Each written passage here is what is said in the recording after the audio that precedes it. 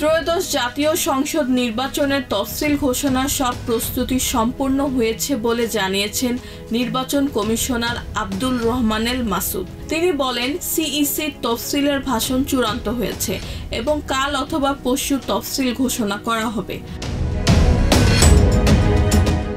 9 December নির্বাচন commission সচিবালয় সাংবাদিকদের তিনি এসব তথ্য জানান। তিনি আরও জানান, আগামীকাল বুধবার বেলা 12:30টায় রাষ্ট্রপতির সাথে সাক্ষাৎ করবে নির্বাচন কমিশন, যা পূর্ব নির্ধারিত সময় থেকে আধা ঘন্টা পিছিয়েছে। এই সাক্ষাতের পরে তফসিল ঘোষণার রেকর্ডিং হতে পারে বলে ইঙ্গিত দেন তিনি। এর আগে সোমবার তফসিল ঘোষণার রেকর্ডিংয়ের জন্য বিটিভি ও বাংলাদেশ বেতারকে চিঠি পাঠিয়েছেন নির্বাচন কমিশন। এ সময় আব্দুল রহমানেল মাসুদ আরও বলেন, স্থগিতকৃত কোনো প্রতীক নির্বাচনের ব্যালটে থাকবে না।